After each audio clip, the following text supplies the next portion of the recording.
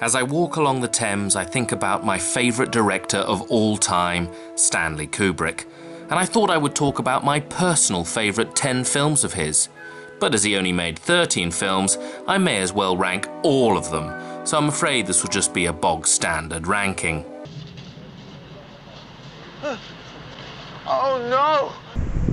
Oh yes! Of course this is a subjective list, so please include your favourites down below. Kubrick has such a strong filmography. Most of his films were masterpieces. But everyone has to start somewhere, so it's only fitting that his first film is his weakest. In at number 13, Fear and Desire. Kubrick was only 23 years old when he started production on this tiny budget war film. It's not about a specific conflict. We never know what war they are fighting, because this is a film about war in general and how it affects those caught in it. It tells the story of 4 soldiers who crash land and cross into enemy territory, before facing their fears and desires. There's debate on how Kubrick funded the film, but the most common belief is that friends and family, most notably his uncle who owned a chain of drugstores, gave him the cash. Its budget was only between $39,000 to $53,000. There were 5 members of the crew, 3 Mexican laborers, and 5 actors. After its release, the film disappeared. Kubrick burnt the original negative and tried to destroy all the prints he could. But a few prints survived in private collections, and in 1993 there was the first retrospective screening, much to Kubrick's annoyance. Through Warner Brothers, he tried to dissuade people from seeing it, saying it was boring and, in his own words, a bumbling amateur film exercise. Well, this only brought more attention to it. If you're a Kubrick fan, you should probably see it. But if you're a Kubrick fan, you should probably respect his wishes and not see it. A hell of a conundrum. And it's fair to say he's not entirely wrong about his first film. It does feel like a cheap picture made by a new director. The dialogue and the performances are a little clunky, but this is a film that frequently looks fantastic. Indeed, Kubrick himself was the cinematographer. Where did such a young man get this gift with images? Well, we'll need to go to the Bronx to answer that.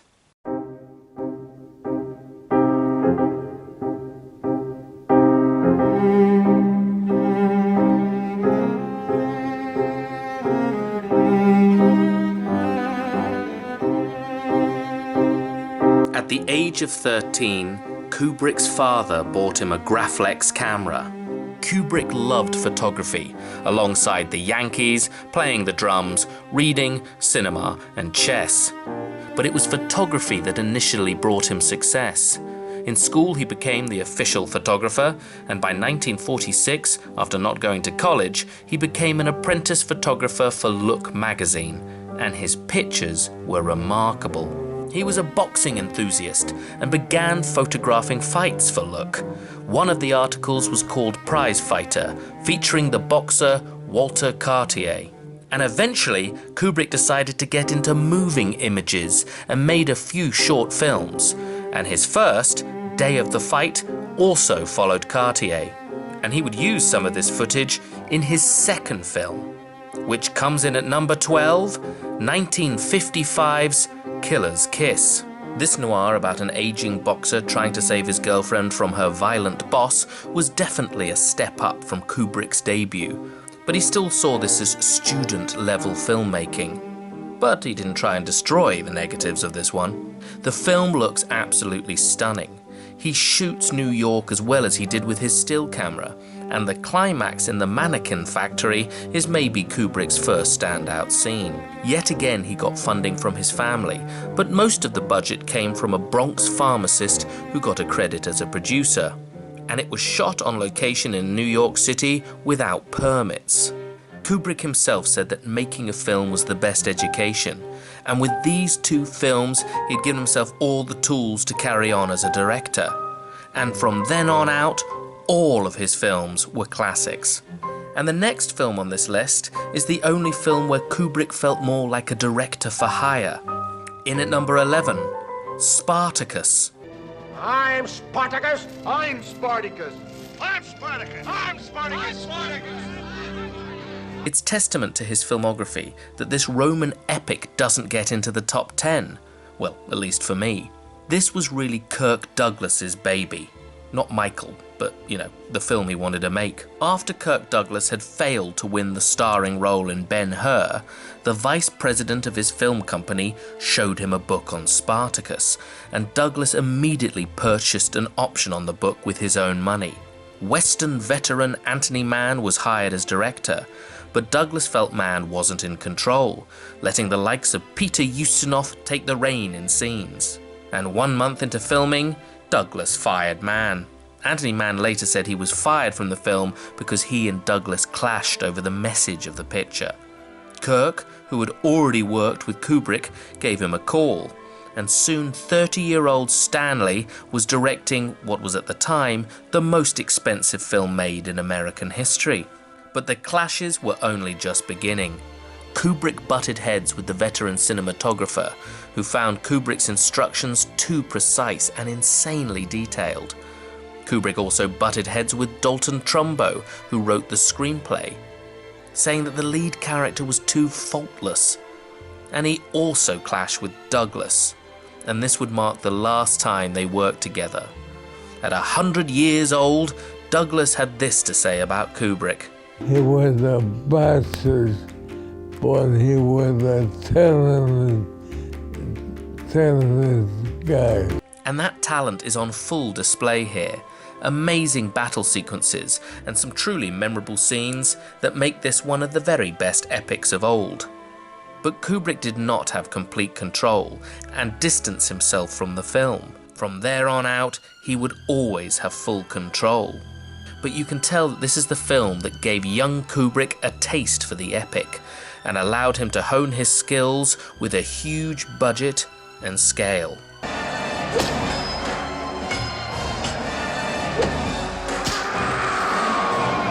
But Douglas wasn't the only person to bet big on Kubrick. After the failure of his first 2 independent features, it seemed like Stanley might be done. But one day he met producer James B. Harris. Harris was impressed with this intelligent young man and would go on to produce 3 of Kubrick's early pictures. Kubrick finally had a budget. Harris had purchased the rights to a crime novel named Clean Break. United Artists put up $200,000 for the film, and Harris supplied the rest. Kubrick moved out to Los Angeles and did not get paid for his work, relying on loans from Harris. I've gone to the races to see if I can gamble and win big. £2.50 on number 3, please. Come on, son! Come on! I've lost, but Harris's bet paid off, at least artistically, if not financially, as Kubrick's 3rd film was his first masterpiece. In at number 10, 1956's The Killing. This is one of the very best noirs of the 1950s, a tale of a master criminal who plans a daring heist of a racetrack. It's got all the hallmarks that make noirs so Moorish. A bleak atmosphere, tough men, femme fatales, and plenty of violence. Hey, where's the jerk? Where's George? The jerk's home!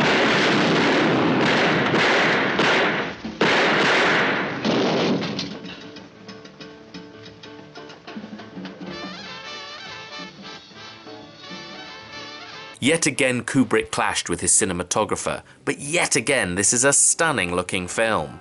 This was also the film where Kubrick showed how good he was with actors and with casting. He put together one hell of a cast here. Sterling Hayden is superb as the man putting together this heist. Masculine, dangerous and immoral, yet still incredibly charismatic. Eccentric actor Timothy Carey is wonderfully eccentric as a sharpshooter. Elisha Cook Jr. is perfect as the weak link in the crew, and as his conniving femme fatale wife, Marie Windsor couldn't be better. The film was incredibly influential, inspiring many great directors, including Christopher Nolan, with the clown mask wearing gang robbing a place, and heavily inspired Tarantino with the non-linear heist structure that he would use in Reservoir Dogs. The film also has a marvelously bleak ending. And to be fair, most of Kubrick's films don't end happily, and it's another reason I love him. Now let's go from Kubrick's first masterpiece to his last. In at number 9, Some people would have this higher on their list. Oh look, there's one of them now. Yeah, alright mate, it's a subjective list and I think this is a great film. Each to their own. Leave it to Kubrick to make his last film an erotic mystery psychological Christmas movie. Yes, this is one of my favourite films to watch in the festive season. We follow a successful physician who goes down an erotic paranoid rabbit hole after finding out that his wife contemplated having an affair. Real-life couple Tom Cruise and Nicole Kidman are tremendous in the picture, despite strangely having very little chemistry. Kubrick wanted to make a film about sexual relationships and found an Austrian novella from the 1920s, and then did what he usually did, just did his own thing with it, and set it in modern-day New York. It was almost entirely shot in London, and it mostly fools you. This is an adult film about desire, anxiety, and lust. And once again, we have something that is stunning to behold. Christmas lights litter almost every scene and have never looked so beautiful. Originally, Kubrick had wanted to make it a sex comedy and thought of possibly Woody Allen for the lead. I mean, that's basically Allen's MO, wandering around New York in an anxious, horny state. He also considered Steve Martin, which would have been fantastic in its own way. And we may as well now go on to Kubrick's infamous love for multiple takes. His want for perfection led to an insane number of them. Harvey Keitel left the picture, apparently after having to do 68 takes of him walking through a door.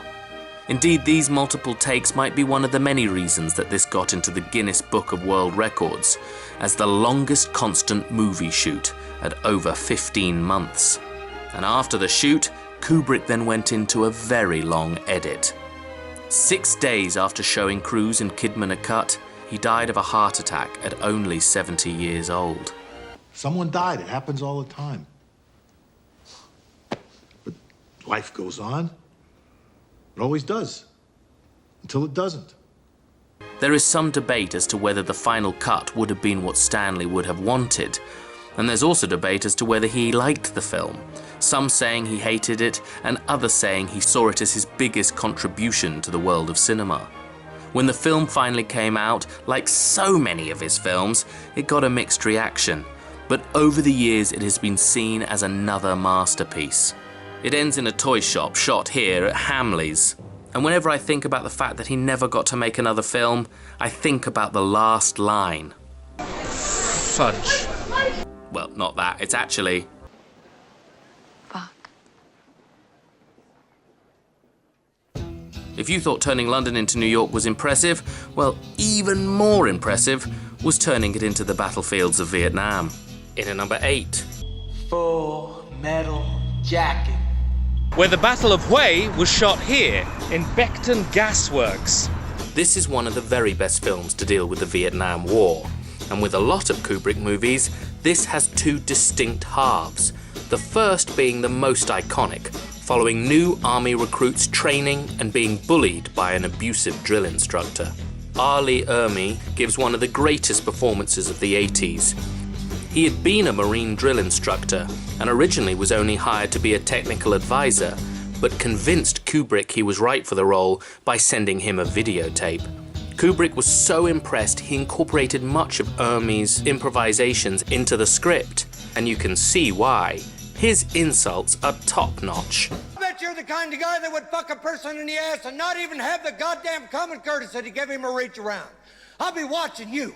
This whole first half is about the dehumanization of soldiers, breaking them down and making them men who are ready to kill. And we get another fantastic performance with Vincent D'Onofrio as a man not built for war, who is bullied and beaten until he goes absolutely bonkers. The first half is so good that it makes the second pale in comparison, despite it still being magnificent. In the second half we are taken to Vietnam, where we follow Matthew Modine's Private Joker in Da Nang, the Tet Offensive, and in the Battle of Hue. The recreation of Vietnam at Beckton Gas Works is a hell of an achievement. War is hell, and the hell created here is vivid, upsetting, and also at times amusing. I wanted to meet interesting and stimulating people of an ancient culture and kill them. Kubrick stated that he didn't want to make an anti-war film. He just wanted to show what it was really like, and through doing that, well, he certainly made an anti-war film. The climax, where a single young female Vietnamese sniper nearly takes out a whole gang of heavily armed men, is a perfect allegory for the war as a whole. But the biggest battle behind the scenes was between Kubrick and the tea breaks. You mean you had a tea break at 4 o'clock? And you have a tea break at 6 o'clock? No, this is a fresh tea break. He came up to me and said the tea's here. No, but if you had a tea break at 4, you don't have to break for this tea break. This must just be a, a complimentary tea break. Yet again, this got mixed reactions when it came out, even with the great Siskel and Ebert disagreeing about its effectiveness. We disagreed, as we just said, on Kubrick's Full Metal Jacket. Gene thinks it's brilliant. I thought it had flashes of brilliance, but was an overall disappointment. Look at your thumb over the weekend. You ought to be looking at your thumb right there. But this again is a film that has stood the test of time. A wonderful film about dehumanization and man's inhumanity to man. This is certainly one of the best Vietnam War films. And he made probably one of the best World War I films, Paths of Glory. This 1957 film is remarkably powerful. This marked the first time Kubrick would work with Kirk Douglas, who stars as a French colonel fighting on the front line. When some of his men refuse to take part in a clear suicidal attack, they are charged with cowardice, and now he must try and protect them from their own side. It was based on a true story, and due to its depiction of the French military, was banned in France until 1972. Douglas co-produced it with Kubrick and James Harris. And a lot has to be said for Douglas, who fought to keep the original ending where all the men are killed. Kubrick and Harris had changed the ending during production to give it a happy ending. They had hoped that it would make it more financially viable after the killing had lost money. But Douglas flipped out and the original ending was kept, and thank God, as it's one of the most powerful endings in film history. Douglas is also brilliant in the film. His fury at the situation is palpable, and you can feel his passion. The rest of the cast is also brilliant. Adolphe Menjou and George Macready are utterly hateable as the generals pushing for the death of the men. And once again, Timothy Carey was marvellously eccentric, but he was also eccentric behind the scenes, where he faked his own kidnapping and was eventually fired, with a stand-in having to be shot from behind for the rest of the shoot. The camera work in the trenches is something else. It totally takes you back to that time, and you're in there with those doomed men.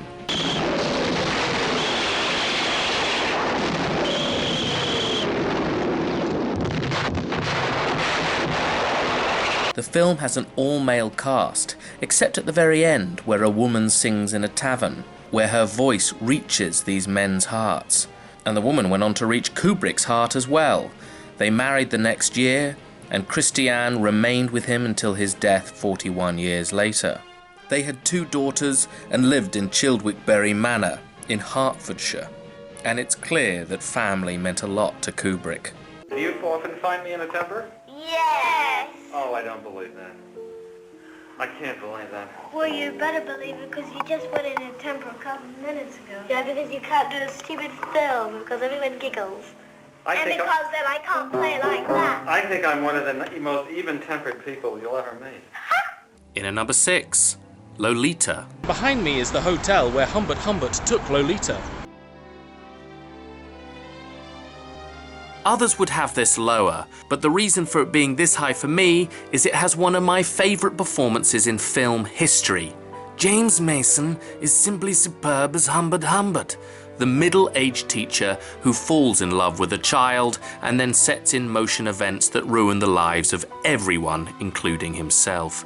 He plays the desire perfectly, but also shows the weakness of this snob in such a way that makes the monster almost relatable. The film is based on Vladimir Nabokov's classic novel, and Kubrick totally got the humour of the book, which completely mocks this pathetic, snobbish villain. We have fun together, don't we? Whenever you want something, I buy it for you automatically. I take you to concerts, to museums, to movies. I do all the housework. Who does the tidying up? I do. Who does the cooking? I do. You and I, we have lots of fun. The book was, and still is, controversial, and it took a while for it to get published, being first released in France, but later Graham Greene said it was one of the best books of the year, and slowly it got published everywhere else, but many people just saw it as pornographic. So it's remarkable that Kubrick decided to adapt this after the huge success of Spartacus. Are you Quilty? No, I'm Spartacus. You come to free the slaves or something?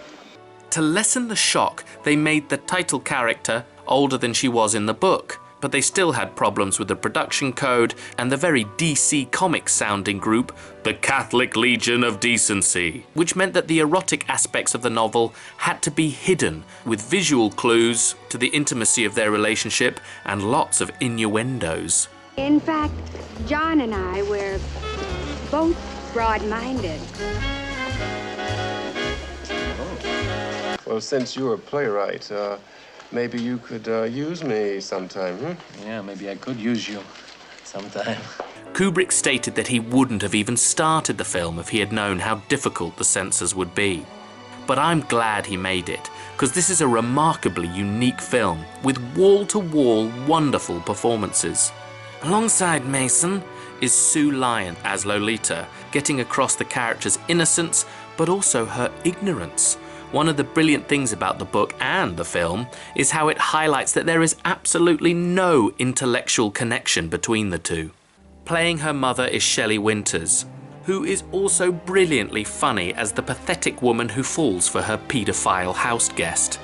The comedic banter between Mason and Winters is astonishing.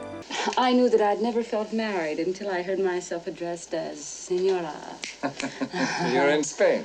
No, Mexico. Oh, Mexico. Then there was the problem of Claire Quilty. In the novel, it is a name that keeps appearing, and is a possible rival for Lolita's affections, but we never get a clear sense of who he is. In the 1997 adaptation, they literally make him a shadowy figure.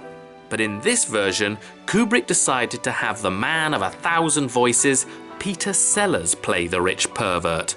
People often say that Kubrick was a man who required full creative control, but I don't think someone like that would hire an improv comedic genius like Sellers. Lolita is a wonderful dark comedy about how evil can appear in all shapes and sizes, and was the first film where Kubrick would deal with difficult subject matters. Well, that wasn't very clever of you. Oh, dear. Oh, dear. Oh. It had to happen sometime. And as we're halfway through the list, we may as well talk about the many projects of his that never came to fruition. And there are two that came tantalizingly close.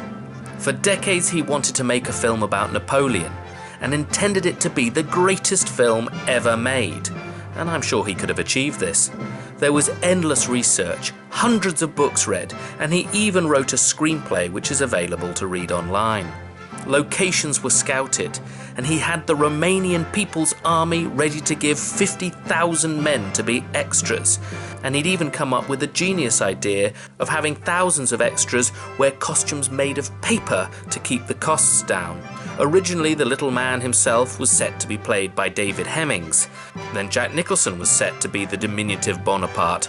But when the Napoleon biopic Waterloo was a commercial failure in 1970, they shelved the project. Since 2013, Steven Spielberg has intended to produce a mini-series based on Kubrick's script, and this is not the last time we'll hear about Spielberg in this section of the video. For many years, Kubrick had wanted to make a film about the Holocaust, and in the early 90s, he started pre-production on an adaptation of Wartime Lies by Louis Begley, about a Jewish boy and his aunt hiding from the Nazis. He called it The Aryan Papers, and had cast Jurassic Park's Joseph Mazzello as the boy. Location scouting and costume designing had begun, but when Spielberg released Schindler's List, Kubrick felt that people didn't want to see two Holocaust films so close to each other. And Kubrick also felt after seeing it that the true horror of the Holocaust couldn't be captured accurately on screen. And so in the 90s, he moved on with another project he would not complete, AI artificial intelligence. Kubrick had started developing an adaptation of Brian Aldiss's Super Toys Last All Summer Long in 1970, but effects at the time couldn't match the screenplay. That was until Kubrick watched Spielberg's Jurassic Park. By the mid-90s, he thought Spielberg may as well direct it, but Spielberg turned it down. Stanley moved on to Eyes Wide Shut, and after he died, Christian approached Spielberg for a final time, offering him AI, and this time Spielberg agreed. And the final film is fine, apparently very faithful to Kubrick's script and vision. But let's move on to another Kubrick masterpiece. In at number 5, The Shining. Here's Johnny! I visited the exterior of the Overlook Hotel here in Oregon back in 2022, but it was before I knew I would make this video, so I didn't record any footage. But anyway, most of it, as usual, was filmed in the UK. After another film that struggled at the box office, Kubrick decided he needed a hit, and so settled on making a horror film. He read endless horror books, trying to find the right one, and after reading Stephen King's The Shining, he knew he was onto a winner. The film stars Jack Nicholson as a struggling author who takes a job as the winter caretaker of a hotel in the mountains. He takes his wife and child along, but soon he descends into insanity in this haunted hotel with a history of violence. Stephen King hated the adaptation, and you could argue that it's not a great adaptation, but for me it's the best movie to be based on one of his works. King is a writer whose books deal with morality and people making choices and gaining control over evil. In Kubrick's film, there is no control. The evil of the house does what it wants. Jack Nicholson is pretty mad to begin with, but his losing his mind over the course of the winter is done brilliantly. He seems genuinely unstable, and as he's hunting down his family with an axe, you feel there is a high probability that he will butcher them. Danny Lloyd gives one of the best child performances as Danny, and much credit has to be given to Shelley Duvall. She went through hell during the making of this movie. Kubrick felt he wasn't getting what he wanted out of the actress, and they frequently clashed on set. At one point, Duvall even collapsed from exhaustion. But she is magnificent in it, and is a tremendous actor. There is fantastic footage of the making of the film in a documentary made by Kubrick's daughter, Vivian. You see Duvall and Kubrick clashing on set. Oh, come on. What do you mean roll video? We're killing ourselves out here and you've got to be ready. I am too. I'm standing So we right play by mood the music? door. You see Jack Nicholson not struggling. I'm going to take a piss. Thank you. And you see assistant directors forgetting the names of extras. John? Yep. And... Sorry, could you just go to one of the empty tables up there on the top there, John, please, up on the... The cinematography is beyond brilliant. The camera movement is smooth, and every corner you take fills you with dread. People love to read into Kubrick's movies, and fine, go ahead. But part of the joy of them is the ambiguity and the mystery. The last shot leaves you with thoughts and ideas. You go away thinking about the film and about the Overlook Hotel, and of course about what that bear and man were doing in the bedroom. The film was a moderate success, and once again got mixed reviews. Kubrick was even nominated for a Razzie for Worst Director, which is ridiculous. Luckily, it is now seen as the masterpiece it is. Every genre he touched he managed to perfect, and The Shining is one of the greatest horror films of all time. But now let's move on to another genre he perfected, science fiction.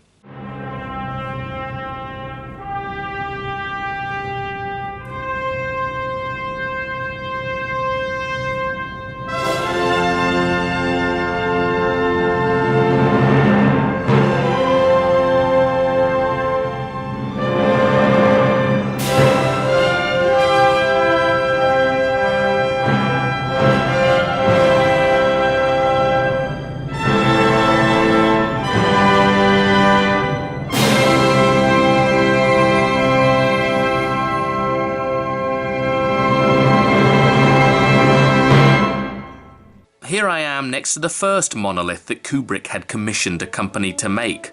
but he wasn't very happy with it, so this was eventually used to celebrate the Silver Jubilee of Elizabeth II, and has been here since 1977. But let's talk about the masterpiece that is 2001: A Space Odyssey. This is filmmaking at its highest level, starting with the dawn of man and ending with, well, it's best left a mystery, but unfortunately a Japanese interviewer got the meaning out of Kubrick in a very awkward phone interview in the 80s. Especially Space Travel 2001. Yeah. And but people are wondering that what is the meaning of last shame? The film has various different chapters, all of which are outstanding. The middle part of the film, with the battle between the very paranoid, very human HAL 9000 with the living men aboard a spaceship, is my personal favourite. Kubrick's choice of classical music is spot on as always, and the cinematography is beyond belief. The special effects are groundbreaking and astonishing. The editing is remarkable. Cue the famous ape throwing a bone into the air and it becoming a spaceship clip. It's a long film, but when you think what it achieves and does, it's remarkable that it's only 142 minutes long. That's 5 minutes shorter than Bad Boys 2. Some people say that it's a cold and emotionless film, but I feel the emotion is brought out of the viewer. I get overwhelmed with emotion when I watch it. You're taken on a visual and sensory ride like no other, questioning what it means to be alive. Kubrick's science fiction film may just be the best ever made. His research meant that this is one of the most accurate depictions of space travel.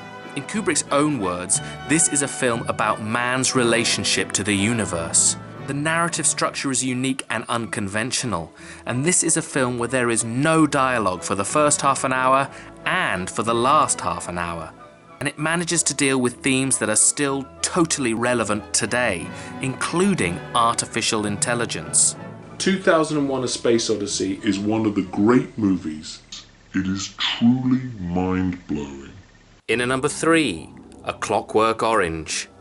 This 1971 ultra-violent masterpiece was partially shot here, in Thamesmead. Kubrick continued his run of perfect films with his adaptation of Anthony Burgess's novel of the same name. We follow Malcolm McDowell's Alex and his gang of droogs. They are right arseholes, committing horrid crimes and loving every second of it. As I have said, many Kubrick films have 2 distinct halves, but here it is split into 3. In the first, we see the revolting crimes of the gang. In the second, we see his imprisonment and torturous reconditioning. And in the last, we see him released into a world which is incapable of accepting him. What I find so outstanding is how we feel different about Alex in each segment. We hate him, we pity him, and by the end, we are bizarrely wishing he'd returned to his old self. It's remarkable. The performances are amazing, and of course the film looks gorgeous. The soundtrack consisting of classical music is iconic. It's filmmaking at its highest standard, and Kubrick once again knocks it out of the park. Eggy Wags. I would like to smash 'em. Kubrick described it as a social satire dealing with the question of whether behavioral psychology and psychological conditioning are dangerous new weapons for a totalitarian government to use to impose vast controls on its citizens and turn them into little more than robots. It's about what it means to be moral. Goodness comes from within. Goodness is chosen. When a man cannot choose, he ceases to be a man. Again, the themes here are still totally relevant. And again at the time, it got very mixed reviews, and some were appalled by it. I see that it's wrong! It's wrong because it's like against society! Christian Kubrick claims they faced threats and even had protesters outside their home. It was banned in several countries. And when Kubrick heard that it had perhaps inspired copycat crimes, he pulled it from British cinemas. And even though this film has a man who, after being forced to watch images, changes his nature, Kubrick felt that films couldn't change one's behaviour, and released a statement in 1973 saying this. but the film remained off screens until his death when it was re-released in theatres. It is a powerful film about violence and human nature, and as with all of his films, it is totally unique. And his other film of the 1970s couldn't be more different. In at number 2, Barry Lyndon. It was filmed across Europe, in Ireland, England, Scotland, and here in Germany. For me, this is the most beautiful film ever to be shot. Based on the novel The Luck of Barry Lyndon, Ryan O'Neal plays Barry, a complete bastard who is an expert at looking after himself. His adventures take him across Ireland, England, and Europe. There are some jaw-dropping shots with long, slow, backward zooms showing painting-like images. The locations are gorgeous and filmed with such precision and grace. The night scenes are all shot by candlelight, with special cameras and lenses having to be created to give this real feeling that has never since been replicated. Kubrick spent so long making sure the picture looked splendid that he sent letters to all the theatres, telling the projectionists how to show it. It read, "An infinite amount of care was given to Barry Lyndon. The photography, the sets, the costumes, and the in-camera grading, and all over lab quality of the prints and the soundtrack. All of this work is now in your hands, and your attention to show it with sharp focus, good sound, and the careful handling of the film will make this effort worthwhile." You can tell he really cared. The sets and the costumes are astonishing, and the soundtrack is full of classical music that Kubrick had selected to perfectly fit the beauty of the film. Ryan O'Neal is very good as the selfish idiot, and Marissa Berreson is fabulous as the tortured wife. Playing her son is Leon Vitali, who would go on to become Kubrick's personal assistant. His hatred of his father-in-law and his cowardice is perfectly portrayed by Vitali. Yet again, this is a film of two halves.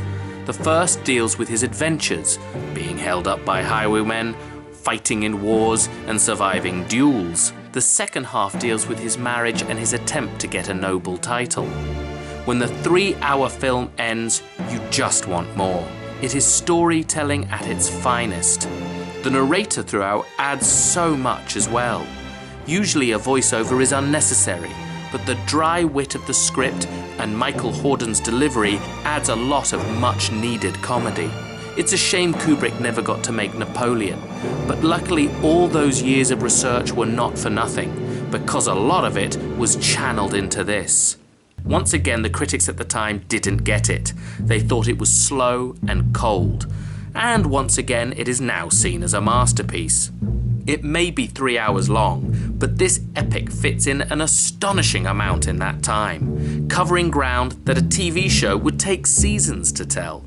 Barry Lyndon is an outstanding achievement, and could easily be number one. Well, indeed, most of these films could be easily number one, but there's one of Kubrick's masterpieces I love more than any other. And now, I'm off to the theatre. This theatre adaptation of the film starring Steve Coogan in full roles was fine. But the film, Dr. Strangelove or How I Learned to Stop Worrying and Love the Bomb, is one of my favourite films of all time and is my personal favourite Kubrick film. Gentlemen, you can't fight in here. This is the war room. Trust Stanley Kubrick to take a serious novel on mutual assured self-destruction leading to a nuclear holocaust and make it a comedy. And not just any comedy, I think the greatest comedy ever made. It's amazing that Kubrick made this during the height of the Cold War, when nuclear war was an ever-present threat. He is able to keep the fear tangible while never letting the humour drop. Kubrick had wanted to make a serious drama, but as he wrote the script, the very premise of mutual assured self-destruction was so bonkers that it couldn't not be a comedy. Kubrick's direction is completely on point, getting across the absurdity of the dangers presented by the Cold War, and it is both terrifying and wickedly funny. And even for a comedy, his research was extensive, and the details within the cockpit are mesmerizing. This was the last black and white film he made, and he went out in style. It's simply stunning, and Ken Adams' set designs are iconic and completely unforgettable. and the performances are on another level. George C. Scott gives a powerhouse performance as General Buck Turgidson, a loud-mouthed, proud idiot who seems to be okay with the idea with nuclear war as long as the good guys win. Am I to understand the Russian ambassador is to be admitted entrance to the war room? That is correct. He is here on my orders. You'll see everything. You'll see the big board. Sterling Hayden gives one of the greatest unhinged performances as the paranoid general who sends his men off to bomb Russia. And the reason he's doing this is because the international communist conspiracy to sap and impurify all of our precious bodily fluids. He's terrifying and utterly believable, which is even more terrifying. Having Western character actor Slim Pickens as the head of a nuclear-carrying aircraft is brilliantly effective at showing how nonsense a gun-ho attitude to war is. And Peter Sellers gives not one, not two, but 3 flawless performances. And all 3 work in 3 completely different comedic ways. And every time I watch it, my favourite one changes. You have Sellers as the nervous group captain Mandrake. Mandrake, in the name of Her Majesty and the Continental Congress, come here and feed me this bellboy. Jack, I'd love to come, but what's happened, you see? The string in my leg's gone. The what? And the string. He plays it brilliantly straight as President Muffley. Well, I'll tell you what he did. He ordered his planes to attack your country. Well, let me finish, Dimitri. And he goes so over the top as the mysterious Dr. Strangelove. Sexual fertility, intelligence, and a cross-section of necessary skills. You can see actors corpsing in the film, and apparently Kubrick often had to leave the set during takes due to his laughing. The threat of nuclear war has never gone away, and this film, as with so many of Kubrick's pictures, is still so relevant. How do you make a movie with such a clear message? Be this artistic, this unique, and this funny? Only a master like Kubrick could. He only made 13 films, but the impact he had on the art form can never be underestimated. He is, for my money, the greatest filmmaker of all time. Stanley Kubrick may be gone, but he'll never be forgotten. I have a plan. Monsieur! I can walk!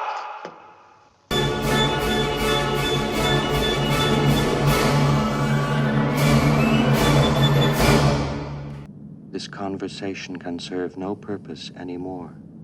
Goodbye.